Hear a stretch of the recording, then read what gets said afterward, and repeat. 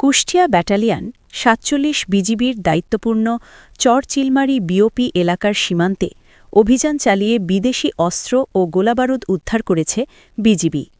কুষ্টিয়া দৌলতপুর থেকে আব্দুল আলিম সাচ্চুর প্রতিবেদনে দেখুন বিস্তারিত। বিজিবি সূত্র জানায়, দেশের বর্তমান আইনশৃঙ্খলা পরিস্থিতি নিয়ন্ত্রণ এবং আসন্ন ত্রয়োদশ জাতীয় সংসদ নির্বাচনকে কেন্দ্র করে সীমান্ত এলাকায় বিশেষ টহল, অস্থায়ী চেকপোস্ট স্থাপন ও গোয়েন্দা নজরদারি জোরদার করা হয়েছে। এরই ধারাবাহিকতায় ১২ জানুয়ারি ২০২৬ তারিখে কুষ্টিয়া ও মেহেরপুর সীমান্তের বিভিন্ন স্থানে তল্লাশি কার্যক্রম পরিচালনার সময় গোয়েন্দা সূত্রে খবর পাওয়া যায়, সীমান্ত থেকে প্রায় ১০ গজ বাংলাদেশের অভ্যন্তরে দৌলতপুর উপজেলার চর চিলমারি আতারপাড়া মাঠ দিয়ে অবৈধ বিদেশি অস্ত্র প্রবেশের চেষ্টা হতে পারে। প্রাপ্ত তথ্যের ভিত্তিতে কৌশলগত পরিকল্পনা গ্রহণ করে বিজিবি সদস্যরা আতারপাড়া মাঠে অভিযান চালায়। এ সময় পরিত্যক্ত অবস্থায় মাটির নিচে পুঁতে রাখা বস্তার ভেতর কালো কস্টেপে মোড়ানো ২টি বিদেশি পিস্তল, ৪টি ম্যাগাজিন এবং ৮ রাউন্ড গুলি উদ্ধার করা হয়। বিজিবি আরও জানায়, এর আগে গত ১ জানুয়ারি ২০২৬ তারিখেও পৃথক এক অভিযানে ২টি বিদেশি পিস্তল ও ৪টি ম্যাগাজিন জব্দ করা হয়েছিল।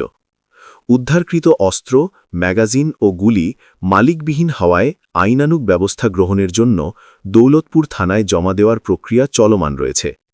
বর্ডার গার্ড বাংলাদেশ জানিয়েছে, সীমান্ত সুরক্ষা, চোরাচালান দমন এবং যে কোনো অপ্রীতিকর পরিস্থিতি প্রতিরোধে তারা দৃঢ় প্রতিজ্ঞ। এ লক্ষ্যে ভবিষ্যতেও কৌশলগত ও প্রতিরোধমূলক কার্যক্রম অব্যাহত থাকবে।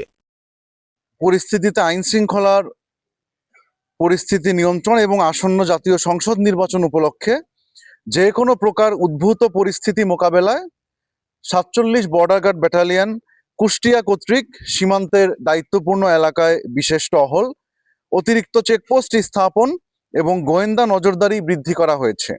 এ প্রেক্ষিতে আজ ১২ জানুয়ারি ২০২৬ তারিখ কুষ্টিয়া এবং মেহেরপুর সীমান্তের বিভিন্ন স্থানে বিশেষ অস্থায়ী চেকপোস্ট স্থাপনের মাধ্যমে তল্লাশি কার্যক্রম পরিচালনার সময় গোয়েন্দা সূত্রের মাধ্যমে জানা যায়, সীমান্ত হতে বাংলাদেশের অভ্যন্তরে কুষ্টিয়া জেলার দৌলতপুর থানাধীন চর চিলমারি এলাকার আতারপাড়া নামক স্থানে অবৈধ ও চোরাচালানকৃত কিছু বিদেশি অস্ত্র সীমান্ত অতিক্রম করে দেশে প্রবেশ করার সম্ভাবনা রয়েছে। পরবর্তীতে কৌশলগত পরিকল্পনা অবলম্বন করে আতারপাড়া মাঠ নামক স্থানে অভিযান পরিচালনা করে